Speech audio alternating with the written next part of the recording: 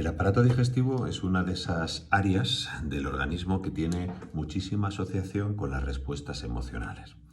Quizás tenemos que ubicarnos en primer lugar en cómo se conecta la parte física y la parte emocional, o en concreto esta parte física, el aparato digestivo, y la parte emocional. Hay que entender que dependiendo del estado de ánimo que tenemos que favorecer o el comer ciertos alimentos o el frenar el que se dediquen o se destinen recursos del organismo a la propia digestión. Imaginemos una situación en donde nos sentimos amenazados porque realmente hay algo que nos viene a atacar. En ese sentido, el cuerpo necesita dejar de lado la digestión de un alimento y centrarse en mandar sangre y fluidos a zonas donde puedan ser necesarias para conseguir la supervivencia. Claro, eso lo hacemos voluntariamente y no, es decir, es algo que si lo hemos percibido como amenazante, el cuerpo se moviliza, es decir, hay una voluntad en ese sentido porque hemos dicho que eso era importante. La cuestión es que en el día a día acabamos percibiendo un montón de situaciones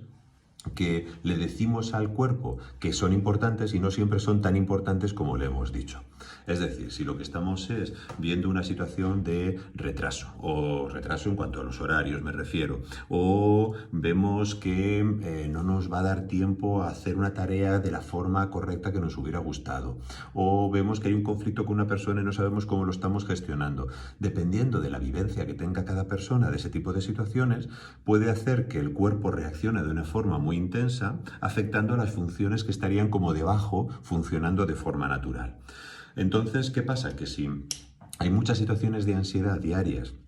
que no estamos gestionando bien, es muy probable que las digestiones, por supuesto otras áreas también, si nos enfocáramos en dolores de cabeza podríamos hablar de lo mismo, pero si hablamos de la digestión, va a empezar a no segregarse jugos gástricos como deben, o se van a segregar más jugos gástricos de la cuenta, va a haber más tensión en el intestino, todo eso hará que el tránsito de las heces no sea el correcto, que pueda haber espasmos, que haya dolores, que no se produzca en los tiempos correctos, de tal manera que las bacterias que tienen que descomponer los alimentos no lo hagan correctamente, o lo que hagan sea de un modo que acabe produciendo efectos secundarios como más gases, por ejemplo. En fin, hay una cadena de acontecimientos que probablemente un médico de digestivo tendría mucho más que ilustrarnos sobre esto, pero aquí lo importante es por qué las emociones acaban afectando al aparato digestivo. ¿Qué pasa? Que si queremos trabajar con esas emociones, tendremos que ver las inercias de personalidad, las características que uno tiene, los propios trastornos que hay, las habilidades que uno utiliza